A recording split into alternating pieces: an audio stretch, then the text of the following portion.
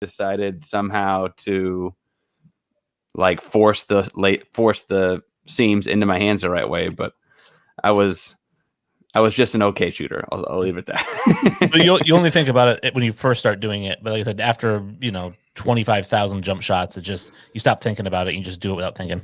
The 10,000-hour rule that Malcolm Gladwell said. Right. The mastery of it. Fair enough. We're dissecting one another's jump shots here on the Midweek Midrange, but welcome back to the show and welcome back to basketball. It looks like as we're sitting here watching, the Grizz and Spurs are in a close one in the first quarter. We're almost at halftime. The Spurs and Mavs are in a close one in the first quarter. The Grizz and Wiz are in a not so close one. I'm sure we'll hear about some close near the end of the second. I don't know when that got to be a 17-point game, but here it is.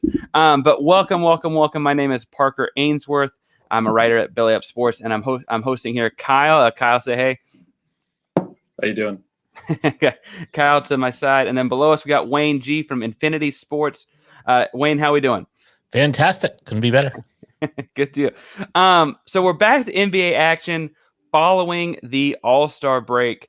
And it was a weird All-Star break, to say the least. First of all, because I guess a couple months back, I felt like I was under the impression we weren't having an All-Star break, and then we were, and then we did all of it, but then it was really just a day. And so I want to start off by asking you guys, what do you guys think of All-Star weekend, which really felt like just 24 hours? I'll start with Kyle. Kyle, what do you think of the All-Star weekend, All-Star game? It depends. It's like if you enjoy All-Star festivities from like a fan's point of view, like it was everything, especially because like it seems like maybe the best players are usually like the best candidates to be in 3-point shootout, like to get like Steph versus Dame, but dunk contest was mid, but as this is not a hot take to say that the Elam ending is everything, like playing up to a score. Like it cut the game back by like 30 minutes in the end. Yeah, which it was a late bedtime for Mr. Ainsworth on Sunday night. Wayne, talk to me about what did you think about the All-Star game? Like your take on it over the weekend. I know that you're sometimes a hot takey kind of guy. I don't mean to put you in a corner here, but what did you think of the All-Star weekend or All-Star day?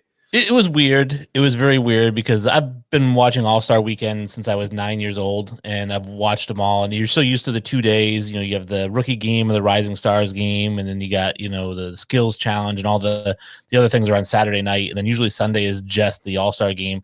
You get to watch the celebrity game, and I mean, who doesn't like watching Ashton Kutcher versus Freddie Munoz play basketball? But we didn't get that this year. We didn't even get the Rising Stars game or the rookie game. They announced the rosters. It looked like the USA was going to completely blow that one out of the water if they played, but they didn't even play that game, and it was just a weird feeling. It was just weird. I liked that the dunk contest was at halftime because I feel like in the years past, it would be like the dunk contest and the 3-point contest. They would go to commercial between every person's dunk, so you had to keep waiting to get back. And the dunk contest ended up being like an hour long, even though it's only 4 contestants.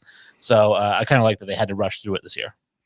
I like the condensed format myself, if I'm being totally honest. I don't know how you would do it if you also had a celebrity game and also had I still call it the rookie sophomore game, but a Rising Stars game, because fitting 3 games in with the contest in a day is just like a lot of time. I as far as like the product itself goes, I think that it really, really hurt to have Team KD missing KD for the competitive aspect. The Elam ending, I think, did wrap it up quickly. But a year ago, I think the Elam ending made this competitive game where they were fighting to the end, and it was kind of stunk that it ended on a free throw, but it like wrapped it up in a fun, competitive way. Whereas this year was like, we're gonna shoot half court shots to see who finishes. But I think it's a fun. But I did love that. I did love that because you saw Steph take the ball out, and he was putting it up, and like as he's like bringing the ball up, you see Lillard at like half court, like just kind of like getting like his hand set, and he's like all right, like this one's on you, next one's on me, and you saw like like the Team Durant made or missed it. I don't remember, but they're inbounding the ball. It goes right to Lillard, and stuff's like, all right, yeah, it's your turn. I missed the first one. Like, I know you got this. Did you see? So Lillard makes it. Did you see what happens? What Steph's doing as Lillard's bringing the ball up?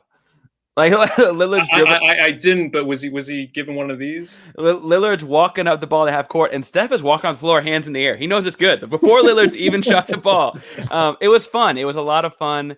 I will say not having Kevin Durant or Joel Embiid made it a less competitive game, which was a fun aspect of the year before. But at its core, it still is the best. It's the best players in the world playing a pickup game, and that's a ton of fun. It's an exhibition. Yeah, exactly. And it's not about, it's never going to be about defense. I know Wayne tweeted a little bit about defense. I think I saw. Although it's funny to see like a Rudy Gobert play, and he's like, kind of like showing on pick and rolls and, like trying to like box out his guy for a rebound. And it's like, but I know Giannis was the MVP, but I feel like at the same time, like he's sort of missing that All-Star game finesse. Yeah. You know what I mean? It was a lot of thunderous dunks and a weird banked fade away. And then he had one step back three in the other corner, I guess. But it really was interesting to see like Giannis wins MVP basically because he has 35 points without missing, right? But he's not a flashy guy like an all-star guy. Wayne, I saw a take on the defense online. And so I got to ask, are you a defensive fan, or is it like, man, what's going on here? What's going on? What was the take there? I want them to pretend to play defense.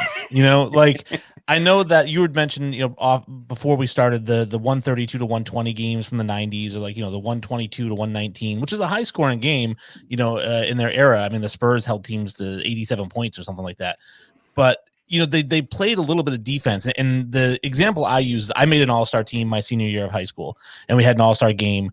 And I remember I wanted to win that game. I know it was an all-star game, but I wasn't clowning around. I wasn't shooting half-court shots. I wanted to win the game, and I was playing like I wanted to win the game, and I assume everybody else was playing the same way. I mean, I don't know. I'm not in their heads. But, take some pride. It was just so puke-inducing to watch. There's no reason to watch a layup line before the game, and that's all this was a layup line. I mean, yeah, Giannis didn't miss the shot. Well, guess what? If I took 16 layups, I bet you I'd go 16 for 16. And that's the problem with this game, is it was just so embarrassing to watch. Games aren't supposed to be 200 to 197. One interesting thing I will say about it is that once it became very clear that Team LeBron was better, both teams felt kind of in on. Maybe that was just my perception, but I saw very early in the first, I was like, oh, Team Durant does not have Durant or Joel or MVP level potentially Joel Embiid, right? And like maybe y'all have him as your MVP at the end of the year, but thus far he's playing like a candidate for sure. And I'm like, they really needed one or two of those guys against the onslaught of the Currys, the Lillards, the Giannis's, even LeBron is 13 minutes or whatever. I want to jump to the dunk contest at halftime too, because I also loved having the dunk contest at halftime. I maintain, and my take for the weekend has been that Cassius Stanley got robbed. I don't know why. I feel like, but that dunk he pulls off to open up only got a 44, and I felt like that was one of the hardest dunks to pull off of the night. Not that I dunked a whole lot of basketballs in my life, I guess, but it was very much, speaking of layup lines, it's about the only time it happened. And so I guess my thought is that we ended it with, as fun as I thought it was to have a rush dunk contest, we ended it with Simons almost kissing the rim, which felt kind of like a Jalen Green throwback almost. What were y'all's takes on that, Kyle? Like, what am I weird for thinking that was a well done dunk contest with bad dunks? It was the I feel like this is like the lack of the crowd, but there's the lack of panache. Like, you see like Anthony Simons coming off the dunk. And maybe this is a product of just playing with Damian Lillard, just the stoicism being the culture in Portland.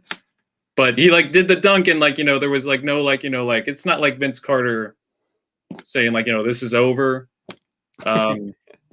It just seemed like it was missing an element, and I'm not sure if that was the fans or it's because they were rushed.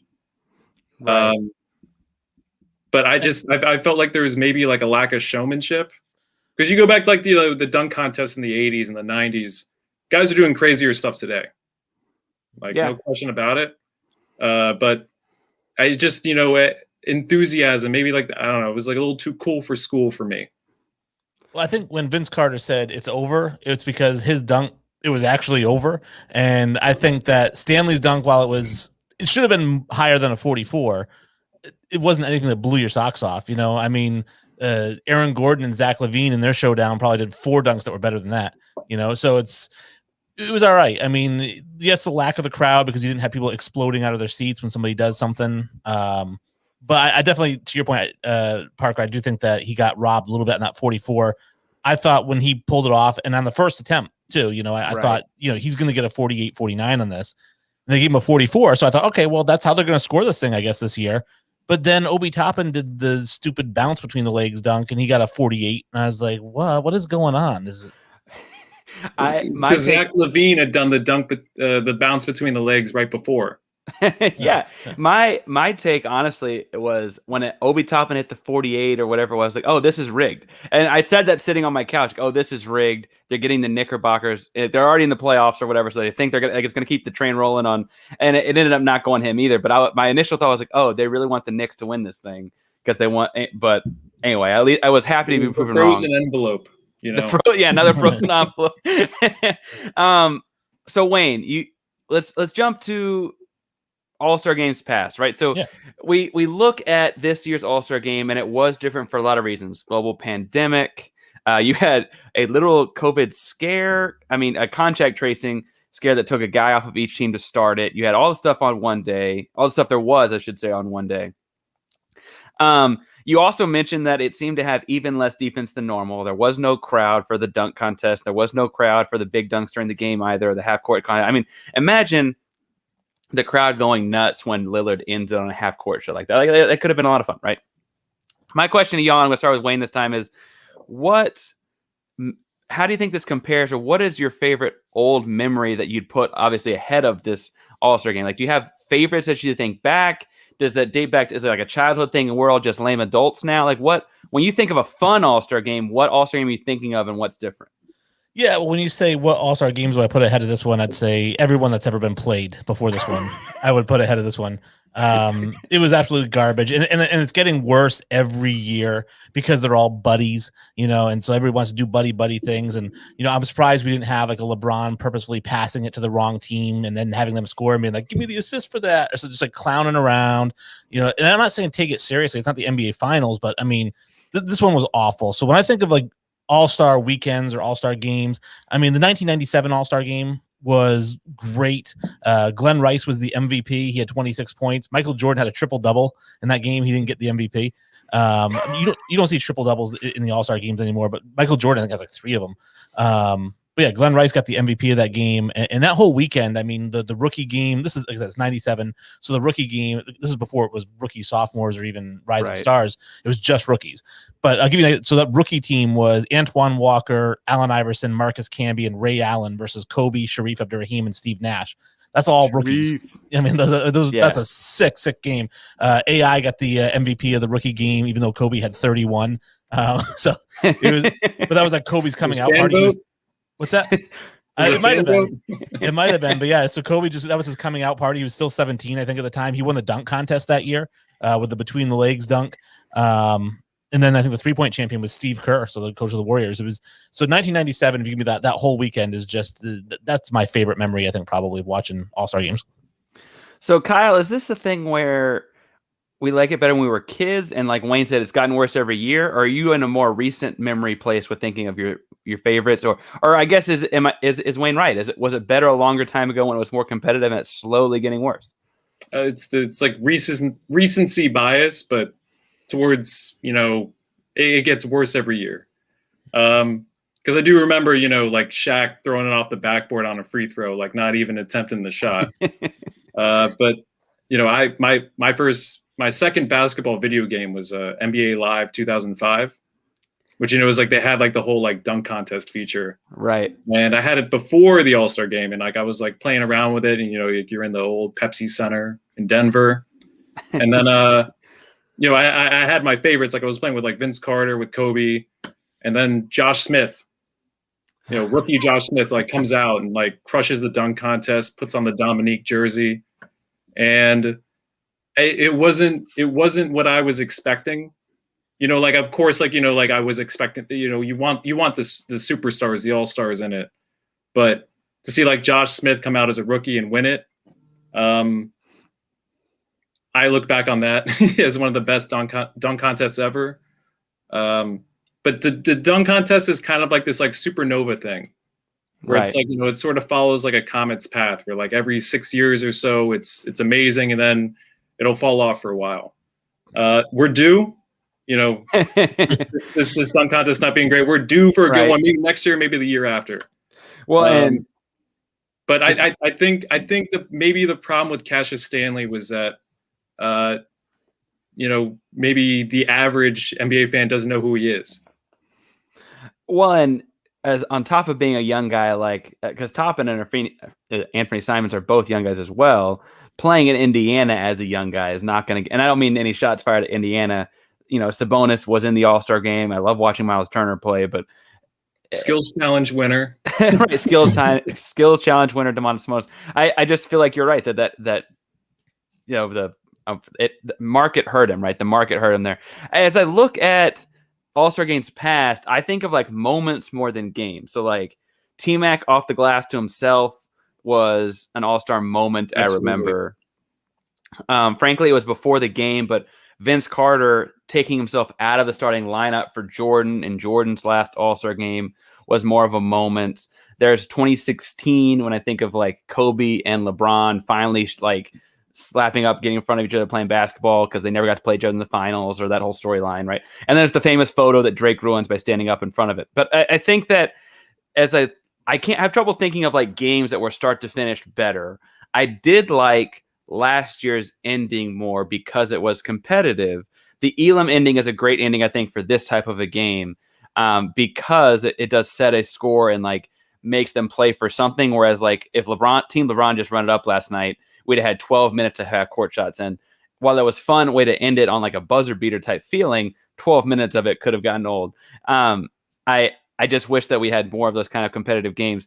If I look back at like, 06, I think it's funny to point out that like it was 122 to 120. And we were going through the stat line earlier, but like the crazy stats of the day were like T-Mac and LeBron each shot 10 threes.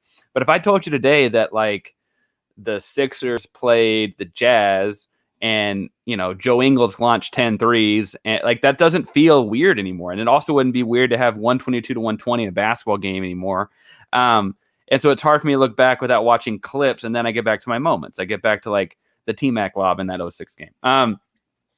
So I guess that is to say that I can't tell, and I can't tell every year if I'm like, I'm getting old and curmudgeon-y and like, this isn't as good as it used to be. Or if there's some like youthful spark to the All-Star game. You're watching as a kid, the best players you've ever seen play basketball all play at once. I don't know what that is, but I think there's something to that worth investigating. Like, does everyone think it was better when they were younger? Is this like, is the All-Star game one of those things? Or was it actually better back when they were throwing bows and stuff? I don't know. It's both, because, it's like players, from back then, right? Antoine Walker or somebody like that comes out and says, I'd average 50 in today's NBA, so back then they think that it's so much better back then than it is now, and obviously he believes that, and that's good for him. But I think, so that's part of it, because when we were younger, there was sort of, again, more of a magic to it, like Christmas, right? And now we're older and it's not as magical, but it's also not as good. And so it's the combination of those two things. I mean, we're seeing just a product rolled out there. What am I supposed to be excited about? People say, we get to see Luka as a young player and he's going to, okay, I get to watch him jack it from half court 6 times. Like, why is that exciting to me? I'd rather watch him play in an actual game where he gives a crap, So I think that there's some magic that's lost with age, but I also think that nowadays players, and I mentioned it before, is just they're too buddy, and they just want to be friends with each other. And this is just an opportunity to be friends and to cross promote their brands. And it's not a game anymore. It's just, it's a marketing opportunity. All right. So this was not on the schedule. I sent you guys this one idea that can make the game a little more feisty, that I think is something every basketball player can like understand, or at least maybe I'm just being too much of like living my old glory days. But I think they should make the jerseys reversible, and they should hold the All-Star draft at half court right before tip-off. Because here's my thing, right? If you think about like how like upset, if they really were upset that Donovan and Rudy really were at the start of the All-Star draft the other night, I'm just assuming as much, but that same upset Donovan Mitchell to me is going to play a competitive game. And then if I am Sabonis on the other side, or whoever it is on the other side, I'm like, oh man, like Mitchell's kind of coming at me because he thinks she should be like, I think that can induce some back and forth. I also think it'd be funny to have the people being drafted's reaction live on TV, and it is about entertainment after all. But this sounds very much like a rose ceremony. Yeah, maybe. Well, in The Bachelor's on Mondays, the All-Star game on Sunday night. There you go. We're gonna move into our next segment. The next segment is called Hot Tea, Cold Tea. Hot Tea, Cold Tea is brought to you by Yeti coolers, cups, and koozies. Yeti is the go-to shop for keeping things hot or cold, just like NBA rumors, like we're about to investigate. Yeti is based at Austin, Texas. Check out the links in our social media handles for all your insulated needs in tailgating, camping, and daily life. Yeti is built for the wild. Now, Hot Tea, Cold Tea is based on this idea that is the Kermit meme, right, where he's sipping some tea based on whatever he's hearing. And so we're going to look at some rumors that are like either piping hot, some movements that are piping hot, and see what kind of kick we need to add they might be carrying with them, or maybe they're just nice and cold. Here in the South, we drink cold iced tea, and so maybe that's just a thing we do here. But I want to see if y'all think some of these ideas are cold. This Yeti cup, I got a hot one and a cold one tonight, hot tea, and then this one's actually Coke Zero with ice. But I have a little bit of both going myself. And the Yeti cups can keep them hot or cold for up to 8 hours. And so I want to hear what you guys think about. First, I'll start with Kyle. The big news of the weekend that was not the All-Star game, the Blake Griffin buyout and then signing with the Brooklyn Nets. Do you think that's a hot tea topic or a cold tea topic, Kyle? I think it's cold. And I mean as cold as the Coke Zero and Parker's Yeti. Because, and I think it's ironic to say this now, but seeing LaMarcus Aldridge come to the market, I think he's a better candidate than Blake. And when you look at what Blake Griffin brings to the Nets at this point in his career, he's not the interior threat he used to be. Never mind that, he hasn't dunked the ball since 2019. But I mean, when he's rolling down the paint, I don't know if you guys saw the Twitter video that came out where he's working with the 5'9" trainer and dunking barely at the rim. But I don't see him being a better interior threat than even Bruce Brown. And I also don't see him being a optimal 3-point shooting threat. I don't think they need somebody to extra to move the ball. But at the same time, he doesn't move the needle either which way. And if this becomes the kind of situation where, Blake's ring chasing and he knows he's done and he's just trying to get on a team that's a contender, good for him. It's sad, he had to play in the Western Conference at the time at Golden State. But that's his intention here. Good for him. But I don't think he's going to make an impact at this point in his career. Wayne, Kyle said he's not a needle chaser. To be fair, Brooklyn's needle is fairly close to full. I got to ask, what do you think, Wayne? Is this a hot tea or a cold tea kind of move here at All-Star Weekend? I agree with Kyle. It's ice cold. It doesn't mean anything. It's a guy who, I saw these memes come out the Nets are putting together the Monstars, right? And they're like, really, maybe if the Monstars were washed up has-beens, then yeah, I guess. But the fact was the Monstars were all-stars, so it's not exactly the same thing. Blake Griffin is averaging 12 points and 5 rebounds. He's a seventh man. He's an eighth man. Those are the kinds of numbers you're getting out of him. And he's a great eighth man. I think if you can get him to come the second, third guy off the bench, I think he's great for that, but it doesn't move the needle at all because he's not really an impact player for them. Like Kyle said, he hasn't dunked the ball all year or for a while. If you gave me Blake Griffin 2 years ago when he was averaging 24 points per game, yeah, that's a big deal. But 12 point per game, 5 rebounds at 6'8", 6'9", 0 dunks. I mean, again, the Nets got an eighth man. That doesn't move the needle for me. That's ice cold.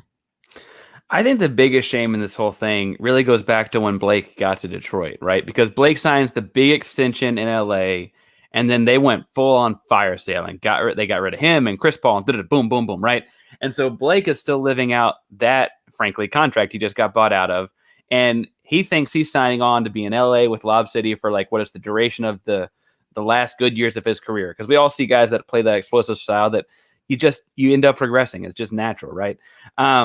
I do think that because of that, though, I'm intrigued by some of this. I'm going to still say it's a cold tea topic. I don't know that the Nets were one of the handful of teams I thought could win a title this year anyway. It didn't make them not win a title on my mind. It didn't make them any more of a favorite to win the title on my mind. So I don't mean to disagree with you guys too much there, but I see this kind of like the way the Lakers last year took a flyer on Dwight Howard, or they're currently taking one on Marc Gasol, or even the kind of the way the Clippers did it with Nick Batum, like a superstar that's like past his prime, could be and should be a like leader in a lot of ways, wants a ring. And it, especially in this case of Dwight, to me, like Dwight was a much more athletic young guy that I kind of thought his game had passed him by, and he had a great year last year in LA. I don't know that Blake can have that kind of an impact. I just see them trying to do that kind of a move. And again, I also, as a guy that enjoyed watching Blake play basketball for a long time, hope that, that he gets what he wants out of this. If he wants to go get a ring, then I hope that they really make a run at it. I will say, if you're the Nets, though, and I throw this back to you guys, it seems low risk, high reward, right? Like, they're not putting a lot of money into him because he got bought out. They didn't have to ship anything off to Detroit. So, Kyle, it's not like they put a lot on the table for this guy. And not only that, they didn't use their disabled player exception. So they didn't dig into that. They can still sign a piece for about that $5 million mark. But, I've never been in a locker room with Blake Griffin. But it seems to me like you go back and look at PJ Brown with the Celtics, that it's just never a bad idea to bring these veteran guys on because he might not be able to give it every night. But if he can help you win one playoff game, it's worth gold at that price. I think you said, low risk, high reward. It's really low risk, low reward because his ceiling is so low. I mean, you're not going to get a 30-point game out of him at any point in the rest of the season. You're not going to get anything. So the high reward for me is like a guy that he's going to give you 17, 18 points per game, 8 rebounds. He's kind of resurrected a little bit. He's dead. He's not coming back. He's not Lazarus. He's done. So basically you spent, like I said, 8th man money to get an 8th man. So there's nothing even a little bit intriguing about it. I mean, he's a big name. That's about it. He's a big name who's, doing that washed up thing where his arms start running before his legs. That's a key thing to note as an older player. I also will say that if his ceiling is so low, maybe that's why he's having trouble dunking the ball. So anyway, moving on, the other big player name over the weekend that didn't necessarily happen, but was intriguing. Maybe it's because I'm a Rockets fan, or maybe it's because Golden State is a large marketplace, but hot tea or cold tea, Wayne, Victor Oladipo, Golden State Warrior type movement. What are you thinking about those rumors? Cold tea. I mean, not as cold as Blake Griffin being a big deal, but it's still cold. And the reason being is because I don't think it benefits either team. I mean, if you're Golden State, what are you giving up? You're not giving up Minnesota's pick this year. I mean, you're holding on to that for dear life, and you're not giving up your own first round pick because you might miss the playoffs. I mean, you're right on the edge there.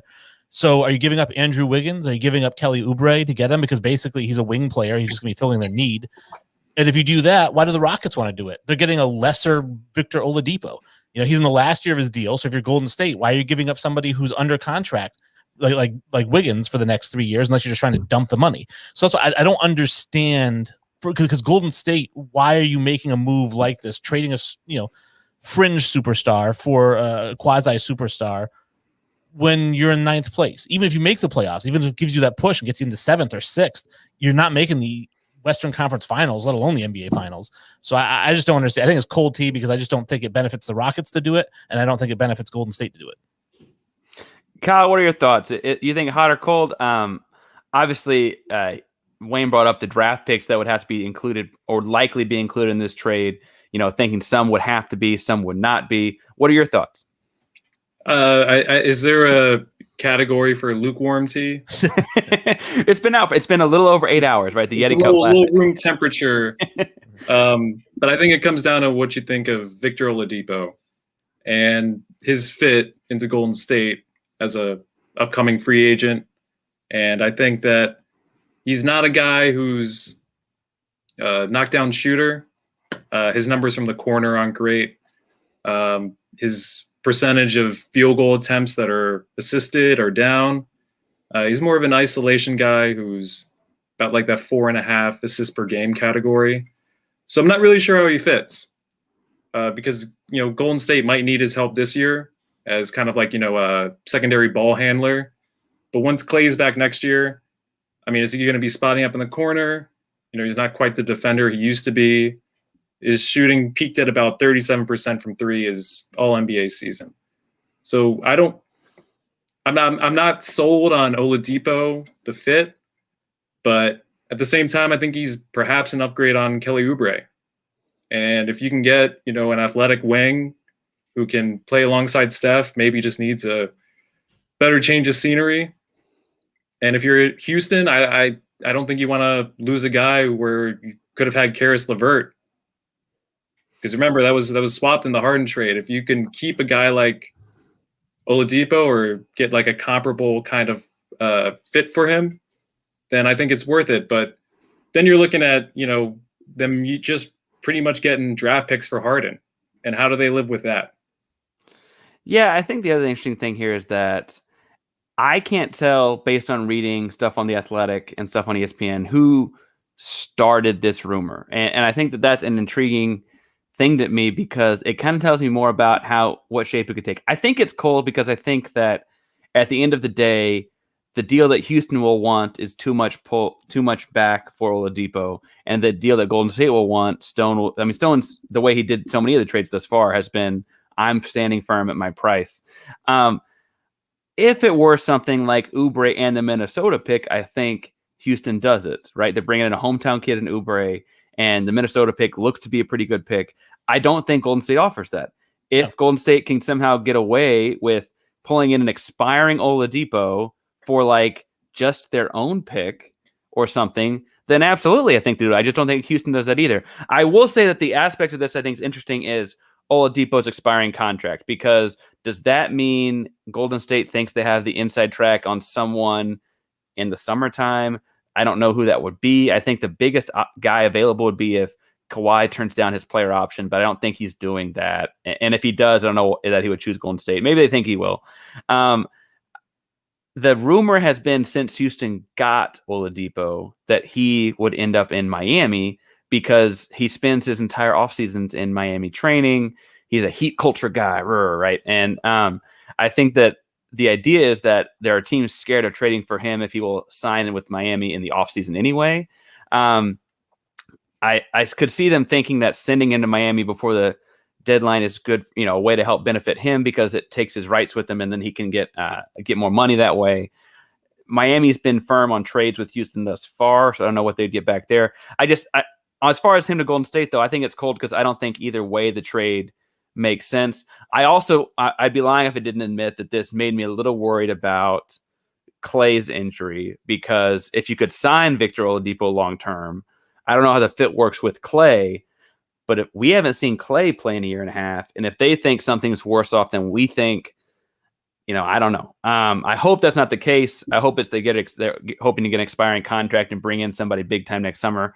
And I hope, frankly, that if they do that, we get their Minnesota pick. All right. So that's my take on that. I want to jump next into what I'm really calling an open container, because I'm letting you guys pour in whatever you want. Now, this is a little bit of a new segment, and not every state has open container laws. But once you pop the top off your Yeti, you can get anything in or out of it: hot, cold, liquid, ice, anything. So my next question is open-ended. First to Kyle, and then to Wayne. Who is the next domino? If it's not Victor Oladipo, who is the next domino in the last 2 hours? I feel like people are going to say LaMarcus Aldridge, but who is the next domino you see falling in the NBA as far as trading teams goes? If you look at the contenders, the only team with really a surplus of picks at this point, now that Milwaukee's out of picks, the Lakers are out of picks, the Clippers are out of picks, is you got to look to Philadelphia. And I think it's not going to be news to anyone here, or anybody listening, but Kyle Lowry would be the perfect fit for Philadelphia as far as what he brings for leadership, shooting, as far as playing an off-ball kind of guard role. You would be perfect.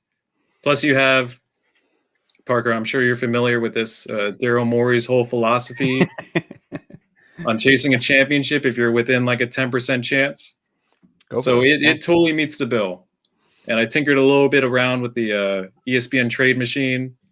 To accomplish a kind of deal like this, it would take Seth Curry, Mike Scott, and Danny Green, Philadelphia to Toronto. And I mean, that's just killing their whole depth. And it's whether Daryl thinks that He can win a championship with Joel Embiid, Ben Simmons, Tobias Harris, and Kyle Lowry. I think he might be able to do that. So I think whether the next domino falls, it really falls on Daryl's lap. Well, and Daryl's never been shy to make a big splash. I think the interesting thing there is Daryl and Kyle have the connection from, he was a little bit chubbier, but Kyle's early days in Houston, right? Mhm. The thing that is interesting to me also is that I think intuitively, and I don't know what Wayne's opinion of this is, I don't mean to speak for him, but most people would say like, oh, you're giving up too much depth. You've got the stars. You need the depth for a long series or whatever. And Daryl's mode has always been like he traded 6 dudes for Chris Paul. Like he's like, no. We want stars and we'll figure the rest out. And part of the reason he took the Philadelphia job was he had a couple stars. He's trying to figure the rest out. It's an interesting move. I've heard a lot about where all Lowry could end up. I'm happy for his sake. He'll end up hopefully on a contender if Toronto is not one. I think that there's some Toronto feeling that they want to hold on to him because he's a sentimental favorite. Wayne, your face tells me you're not thinking Kyle Lowry to Philadelphia. What do you think as far as the next domino to fall? What are you putting in the cup? I think the next domino to fall is going to be Andre Drummond. I think that it's been coming for a long time now. I think that the Cavs have been trying to trade him and get anything they can for him. But it's very difficult because he's making whatever 24, 25, $26 million per year. So it's finding salaries that'll match up that you would actually want if you're Cleveland. And I don't think they want the salaries that people are willing to give up to get him. The salaries that they do want are those teams aren't willing to give those players up for Andre Drummond. You can't just do a straight trade for picks because nobody has the cap space to do that. So I think that they're going to have to buy him out, just like Blake, and I think that he is going to sign with the Los Angeles Lakers. I know a lot of people have said the Nets are the favorite, but I don't think so. I think that LeBron James, people like to play with him. I think that if you look at that situation with Anthony Davis when he gets back, who you could say was robbed from Defensive Player of the Year last year, that he deserved it over Giannis. You've got him. You put Andre Drummond, who's a phenomenal defensive player, back there with him, and that's a huge stopgap. I mean, LeBron has been playing better defense this year. I know he hasn't been guarding anybody's best player, but I think that's the chip that falls. I think that they work out a buyout, and I think that the Los Angeles Lakers are going to sign Andre Drummond to a 1-year deal. He's going to get the championship, and then he's going to sign somewhere as a free agent next year. One, if they did the buyout, LA could get him on the cheap too, right? The same we just talked about Brooklyn. Drummond feels like a simple pick here because there's been rumors about him for a long time. I will say those rumors were to Brooklyn, and Allen Robinson, the wide receiver in the NFL, was breaking news that he thought that's where he's going. I don't know what credence he's got. There were Vucevic rumors that never seemed to materialize. And it looks like Mark Stein was tweeting earlier today that might just be rumors. The Magic may not be willing to do that. That could also be them playing hardball through the media. I want to look at a couple things here. I want to get y'all's take on. First, I'll start with my Houston Rockets because I got a Houston hat on. I feel like the fire sale is coming, not just because of the rumored Oladipo trades, but you've got Christian Wood is 25. You've got a handful of other guys that are over 30, and kind of, PJ Tucker's much older, 35, 36, and Eric Gordon's like 34. Those guys are all older and in a different bracket. They're also from a previous regime. As I look at this, it's also worth noting, and this is potentially the homer in me, that this is looking like it's about to be Houston's 4th losing season since the Olajuwon draft. Like, this is not a thing that happens here very often. And so I anticipate just letting all these guys go, flipping them out, sending PJ to here, Eric Gordon to there. Interesting one will be John Wall, right? Because he's kind of in the middle. He just turned 31, but he's got the injuries. And so what does that work out like? The other move I see happening that I feel like will surprise people, but after watching them, they're kind of a league pass team, but after watching them, I don't get is I feel like Terry Rozier is not long for Charlotte. Now, hear me out here. If you let Devontae Graham, I think should have gotten most improved player a year ago. He's a point guard type body. They clearly have LaMelo Ball as playing at rookie of the year type level, and that's the direction they're going to go with he and all the lobs and the behind the backs, and that's the move they're making at point guard as well, even though he's not really a point guard type body. Terry Rozier is still valuable, and I think that as it stands, if he's your first best player, you're last year's Charlotte Hornets. If he's your second best player, you might be this year's Charlotte Hornets. And if he's your third best player, you might be that Boston Celtics team that got the Eastern Conference Finals, right?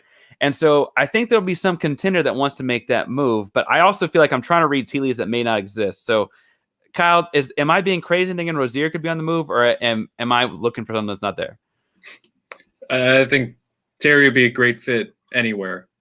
A big fan of him from his time in Louisville to the Boston Celtics. But the name I had on mind is sort of like a stealth trade deadline candidate was Montrezl Harrell. Ooh. And I think you're sort of seeing it in Los Angeles. I remember their game against the Wizards, and he torched Robin Lopez, Mo Wagner, and it must have been in the 20s for his points, but he didn't play the fourth quarter pretty much in an overtime game. So, he's on a short-term deal, and I don't know what it is, but I feel like he's a name more likely to move, makes less money than Rozier. I think Rozier making $16 million makes it a little tough. Yeah. Although, ironically enough, I think his former team, the Boston Celtics, could use him. They just flip it back, just do the trade back, Kimball. I'm looking out for Boston. I think their schedule gets much easier for the second half of the season. I think they could use, a myriad of vets, like whether it's PJ Tucker, more of a defensive first, corner shooting 4-man, or Eric Gordon, get a little on ball creation. And I think the name that's been tied them a lot lately, whether you sort of buy what Brian Scalabrine says, is Harrison Barnes, who's very sneakily having a career year with Sacramento. And just Sacramento being a team, I think, is a stealth tank candidate. I think they're a team that's going to be pretty willing to sell soon. Wayne, Kyle mentioned a couple guys that are under the radar he could see moving. Do you have any under the radar picks, or are you looking mostly at the surface level here? I think I'm just looking at the surface level because we're so close to it now. I feel like anything would have bubbled up. Something could still surprise you. I do like Terry Rozier a lot, and I think, like Kyle said, he fits in with any team, no matter who they are, because he's so good. I think he actually is so underrated. He reminds me of I'm blanking on it, but the point guard that they got from Oklahoma City, the Lakers, Schroeder. He's like that because Schroeder played in these small markets and he's so talented, but nobody got to see him play. Then he goes to LA and everyone's like, wow, this guy's really good. Yeah, well, he's been really good. And I think Terry Rozier is in that same boat. I mean, I know he was in Boston, if you want to call that a big market, but then going to Charlotte, I think he's a guy who, is a really, really good player and could be a starting point guard on somebody's team. And I understand that they certainly have the point guard depth that they could move him and it wouldn't really affect them, but they're also doing really well and they're in the playoff hunt. So I feel like selling on him is kind of selling on your season. I don't think they want to do that yet because he's still one of your better players. Right. So I don't think he gets moved. Again, I think it's all surface level. Like I said, like LaMarcus Aldridge, like that came out. Like I said, Drummond, just some of the bigger names, Kyle Lowry. I hate Kyle Lowry is the anti Terry Rozier, overrated, fat, not really a benefit to any team. I would rather have Terry Rozier for sure. Don't tell Jay Johnson, Belly Up Sports Trader, We the North fan. So you mentioned LaMarcus Aldridge. My funny thing there is in my notes here, like notes I write to myself about what I think could happen. I was wondering if Portland could make a move, his old home. I feel like even with McCollum coming back, there's still like something missing from me feeling confident in them beating an LA team. I don't know why that is, outside of the fact that they got kind of smoked by an LA team in the first round last year's playoffs, even as well as Dame Lillard was playing. But I feel like Dame Lillard was playing great. Before his injury, McCollum was playing great. I wonder how they get better besides just, growth as a normal team, right? Like what pieces they could add to get better. And more importantly, what pieces they have to move to get better.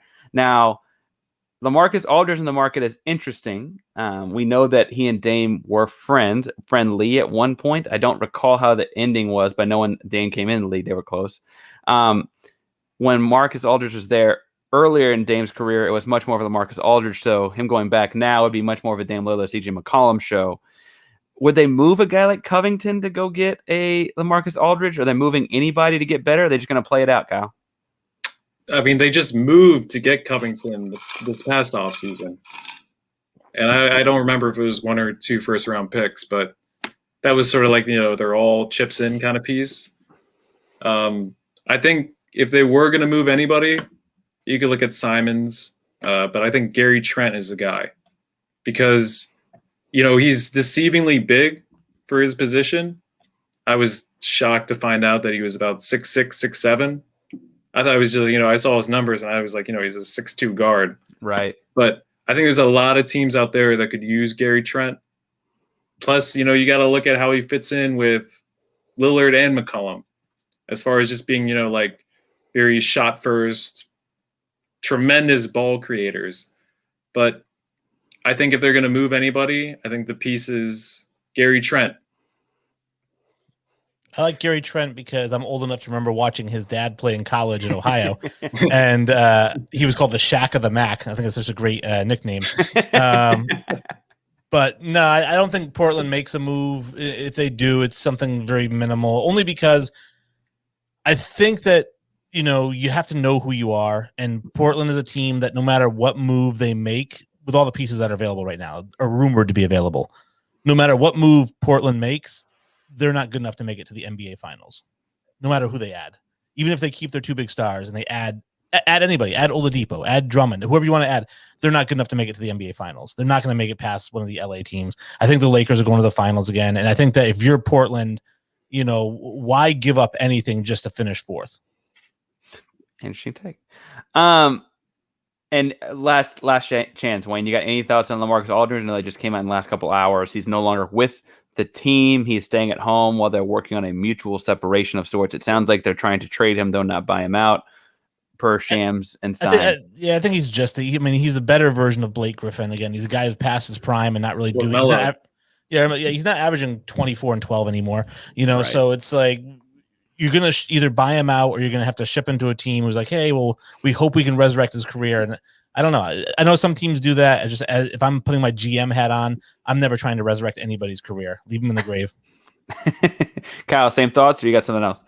Yeah, I was a big fan of the offseason the Trailblazers had, but I think as far as starting Derek Jones Jr., they're running into very similar problems that they had with the Mo Harkless, Al-Farouq Aminu kind of era, where it's like you have a backcourt, very dynamic backcourt, where nobody's really like kind of defense first. So you try to compensate with, defense first, not really like offensive minded players.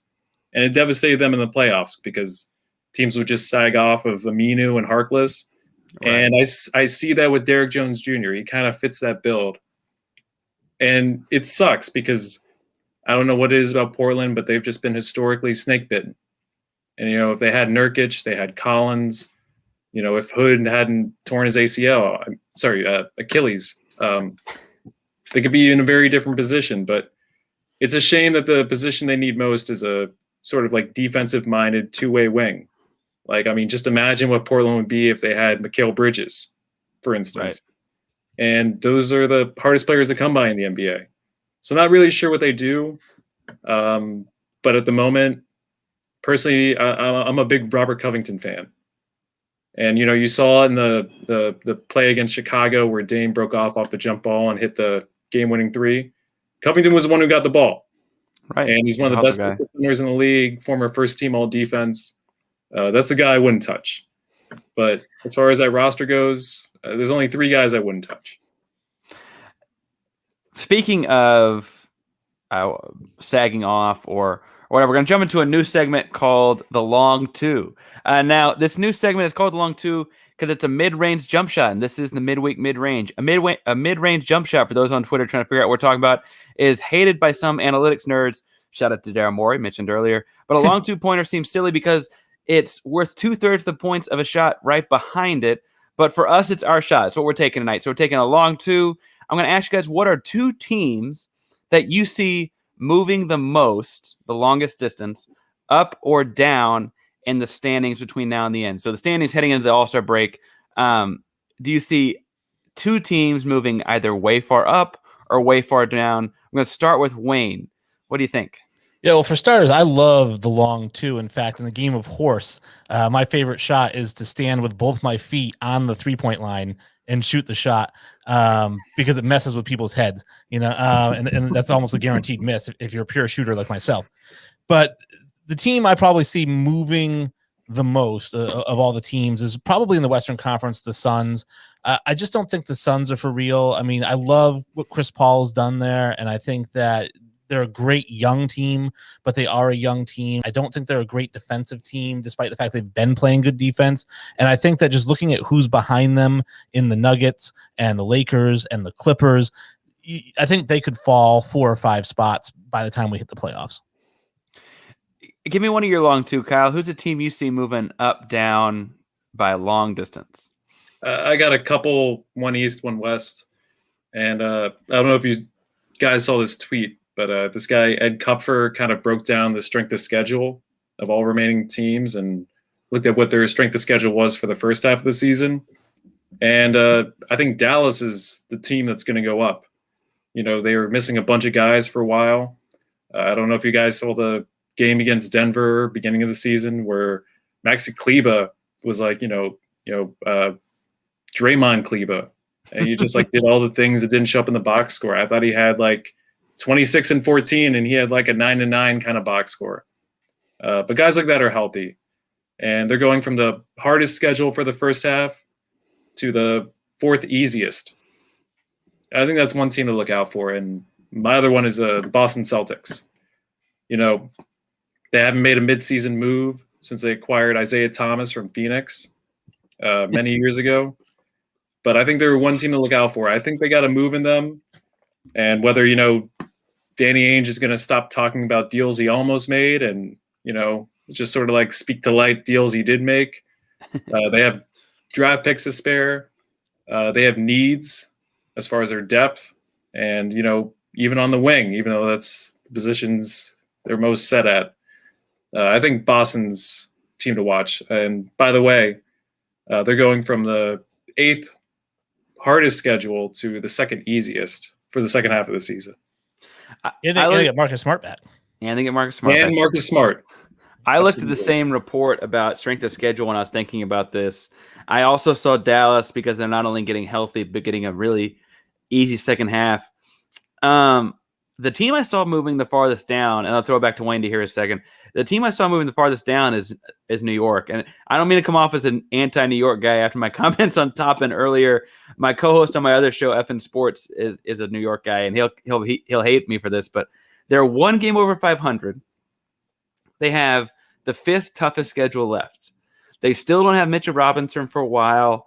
And then we also, in understanding the way Thibodeau coaches, we know that he plays his guys high minutes every night, and that will wear some people out. Obviously, they had a great first half, but they're about to play 38 more games. That's only going to continue to wear down those guys, and I could just see them, right? They're really only a game over 500. Like, they're not like having some like crazy year as much as New York may seem to indicate, and I just see that a tough schedule could really, really hurt them. Wayne, did you have another team you see moving a long way in the standings? No, it's funny that you brought up New York, because what I did is I had taken one East and one West team that was going to move up and one East and one West team that was going to move down. And to Kyle's point, so my 2 teams moving up were the Nuggets and the Celtics.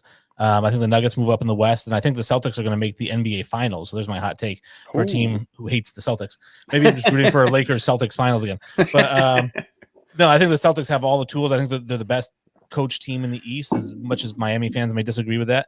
I think getting Marcus Smart back, I think if they make a move for a rim protector like a Whiteside, or if they can somehow pull off a miracle and get Drummond, I think that just solidifies it. But as constructed, I think they make the Eastern Conference Finals or the NBA Finals. I just didn't have them as my one team because they're 4th right now. So I think maybe they move up to 2nd. It's not a huge jump. Right. As far as teams that move down, I have the Suns, like I said, and then the Knicks was the team that I had moving down, mainly because, like you said, the high minutes and the fact that the average age of a player on that team is like 22. They're not ready to play 38 minutes a game, those guys, Well, there's a mental side of that too, right? Playing 30 minutes a game. Kyle, did you see any other big moves, or we steal your thunder a little bit? No, I totally agree with the Knicks. Not just like, the Thibodeau effect, but I have to believe that, just them kind of featuring a rookie point guard. That's the kind of thing where, like, it doesn't show up on the scouting report, but teams get a little more time to sort of watch the tape, and they're going to catch up with quickly. Now, the other team we haven't mentioned yet is San Antonio Spurs, which are slated to have their toughest schedule moving forward, and they also got to play the most games. And I think that's going to kill them, with Aldridge leaving. that's just going to set up more playing time for Jacob Portal, who has been one of the best rim protectors in the NBA this season. Now, at the same time, he's also been one of the worst bigs at shooting within or out of arm's reach of the hoop. And yes, and they're not really a team that makes moves during the season. So I'm interested to see what they do, but at the same time, I'm looking at that Western Conference playoff picture, and I don't have the utmost confidence in them. I'll respect the pop, and his response to Aldridge's demands was super classy, as he is with everything. But this is what they do. They prove everybody wrong. They prove the experts, the expectations wrong. So, I'm not holding out hope, but I don't think it's them. One, I actually had San Antonio. I listed a handful of teams here too, because I thought at the time when I was writing my notes down that they would have LaMarcus Aldridge and DeMar DeRozan as an older pairing. And with 40 games to go, they're either going to have to sit some out, or LaMarcus already missed some games hurt, or whatever. It's worth pointing out that they're going to have to reintroduce whoever they get back or whatever they get back from LaMarcus Aldridge if they get right. And so that will take some time. I'm intrigued to hear what you guys think about Atlanta. So my thoughts on Atlanta are they're getting healthier, right? So like Rondo will play more games in the second half.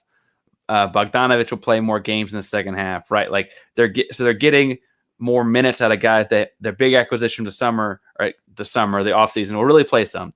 I think there's a chip on a Trae Young shoulder. I think that's very natural to have guys that make the All-Star game one year, miss the next, or feel like they got snubbed. I feel like we several times in the last dozen years have seen guys come back and have a big second half of the season after a snub. Even Devin Booker in the bubble last year, right, when he was worried about how he got put in as a injury replacement, and then he ends up having a great bubble.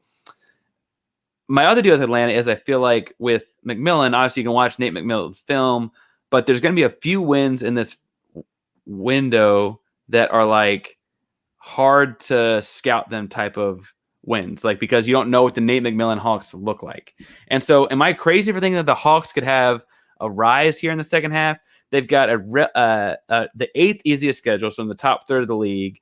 And I just feel like they're adding pieces at a time that makes them hard to get ready for. I don't think it's crazy to think that they could. I mean, it's a team that we talked about the first time I came on here that I wildly underachieving because with all the moves that they made in the offseason, I really expected this team to be a top 3 team in the East. In terms of talent, they've got boatloads of it. They're 8 or 9 guys deep, and I thought for sure this is going to be a team that wins 55 games and, goes, deep in the playoffs, and they've completely disappointed me. So they have the talent to do what you're saying, but I think just what they've done so far, the way they've played so far, I just don't think that they can turn it around and right the ship. I think that ship has sailed. They're going to keep doing what they're doing. They might come out ahead of 500 second half of the season, but not enough to really get them anywhere. Kyle, am I crazy for Atlanta? I mean, Wayne said it's possible, but what do you think? I'd say perhaps you're crazy.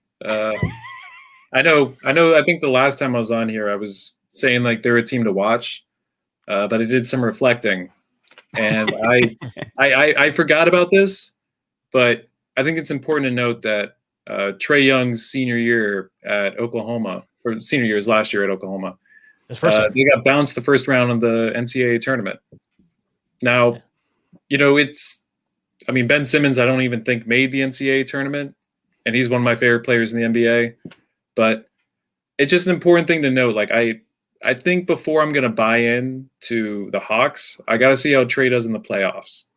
And, does he have these Luka Doncic kind of performances where, he's a man down and he just kind of like hoists the team on his back and, he's a crossover step back 3 and takes out, the Philadelphia 76ers. Not ready yet to buy into it. Also, I think there's perhaps some concerning things with Nate McMillan as a coach and how he adapts to today's NBA.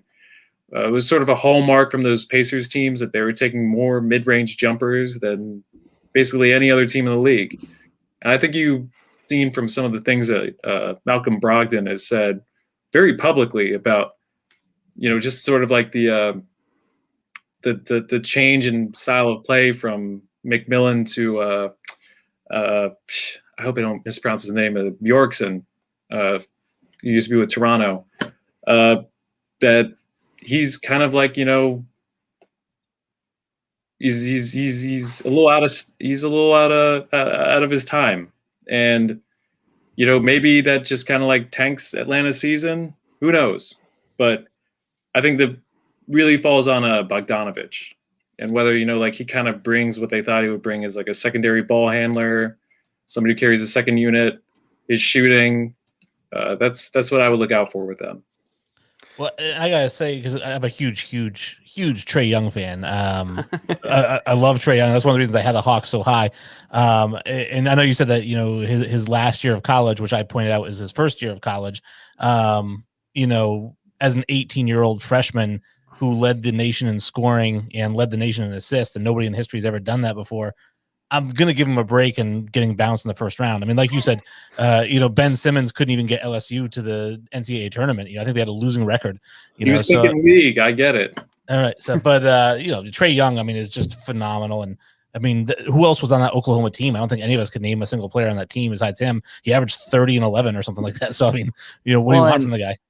I think either way, though, I think, frankly, if Trae Young averaged 30 and 11 the rest of the way, I think it's going to come down to other things. I guess I just feel like that there's something to, they've had a week off to work with McMillan now, and, maybe McMillan plays John Collins and Clint Capella at the same time. That seems like an odd pairing. Anyway, I just feel like they never really gave Lloyd Pierce a shot because of all those injuries, and now it's going to – I have this like weird feeling that it's going to look like McMillan turned it around and really just got healthy. But that we're moving on to our next segment. The last segment of the night is called the buzzer beater. So the NBA shot clock is 24 seconds. As much as I struggle with 24 seconds, the NBA shot clock is 24 seconds, and you have 24 seconds in this game to get off a take. Now, this take can be as hot or cold as you like it to be. It is your take to get off in 24 seconds. The only rule is when the buzzer goes off, your take is done. Do either one of you guys care who goes first? I'll go first. I've been stewing over this. All right. I'm going to click go and then hold my timer up, but I'm going to count you down, Kyle, in 3, 2, 1, go. There's this post that's been going viral. I think I saw it on SportsCenter and ESPN, Instagram, Twitter page. Michael Jordan saying, "I never lost. I just ran out of time." And what I have to say about that is no go to mine. Like that's corny as hell. You didn't run out. You ran out of time. Like, come on, man. That's it. And on that note, we've run out of time there. All right. No go to mine to Michael Jordan is quite a quote I'll run with there. All right, Wayne, same thing. 24 seconds. I'm going to say go and then hold it up. All right, 3, 2, 1, go. I touched on it earlier in the show. Please pretend to play some defense in the All-Star game. It's an embarrassment. You're embarrassing your family. They don't want you to come home for Thanksgiving anymore because you're just an embarrassment to your city that you're from. They shot 58% this year in the All-Star game, 52 the year before, 49 the year before, and the year was 178 to 164. Just step in front of a guy. Pretend you're playing defense. Defense in the All-Star game. Can I ask you a question on that? Did you really like when Kyle Lowry took a bunch of charges last year, or was that not the defense either? Was that?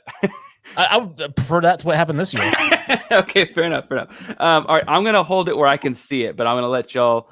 I'll let y'all know when it's starting 1 second. But I got to take 2. I've been really bad at this historically, so we're gonna go in 3, 2, 1. Go. Okay, so here's the deal. Utah and Salt Lake City are not why people hate the Jazz.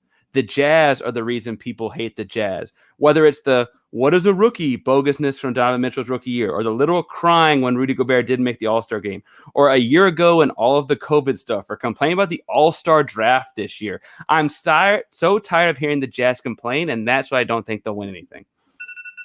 And that's my time, and I got it in under 24 seconds. Oh, see, it's a show first. All right. Reversed. I love the basketball quote for the Jazz where it was, what was it? The New Orleans Jazz moved to Utah where they don't allow music. Anyway, I'm sure I'll have the entire Mormon religion chase me down now, but that's where we are today. All right, Kyle, where can people find you? At Kyle Edwards, O for O replacing the A and Edwards on Twitter. Read my work and read and listen to all your guys' work. Love the stuff you guys do. Cal's been our Wizards beat this year, and the Wizards with Bradley Beal have been a lot of fun. The Russ Westbrook thing's been a lot of fun, so go find him on bellyupsports.com. And like you said, at Kyle Edwards on Twitter. Wayne, where can people hear you? You're talking a lot these days. I do. I need like that 24-second shot clock to go off. So basically, we are on iTunes, Spotify, Stitcher, and Amazon Music. If you want to listen to the podcast, if you want to watch it or watch segments of it, we are available on YouTube. We have a YouTube channel. Please subscribe and like. And if you want to find us on social media, we love to debate with people, especially me. And you can find us on Facebook at Sports Infinity or Infinity Sports Podcast, on Instagram at Infinity Sports Podcast, and on Twitter, as you see here, at Sports Infinity 5. And they're a fun time. They recently added a hot take artist, and I'll just say there's one large NBA player he doesn't like, and I'll let you guys go find it. You can find me. His name rhymes with Schmyon. Name rhymes with Schmyon. My Twitter handle is here. It's also my Instagram. That's my personal stuff. It's at Painsworth512. I also write for Belly Up like Kyle does. You can find the stuff I write there. Usually basketball, occasionally football, occasionally something silly. I also record a show that comes out every Monday morning with another teacher. That's my day job. I'm a teacher. And this other teacher and I both run a show called FN Sports. That on Twitter, it's FN Sports 2. On Instagram, it's F_in_sports. And we take sports theses and grade them. It's a fun time if you enjoy things like school or not. It's a fun thing if you enjoy things like sports. But anyway, that comes out every Monday. This show is every Wednesday night. I am off next week. I believe next week is Shannon and a handful of people. But thank you all for pulling up with us tonight. And remember, whenever you get to the mid-range, don't be afraid to pull up. Thanks, guys.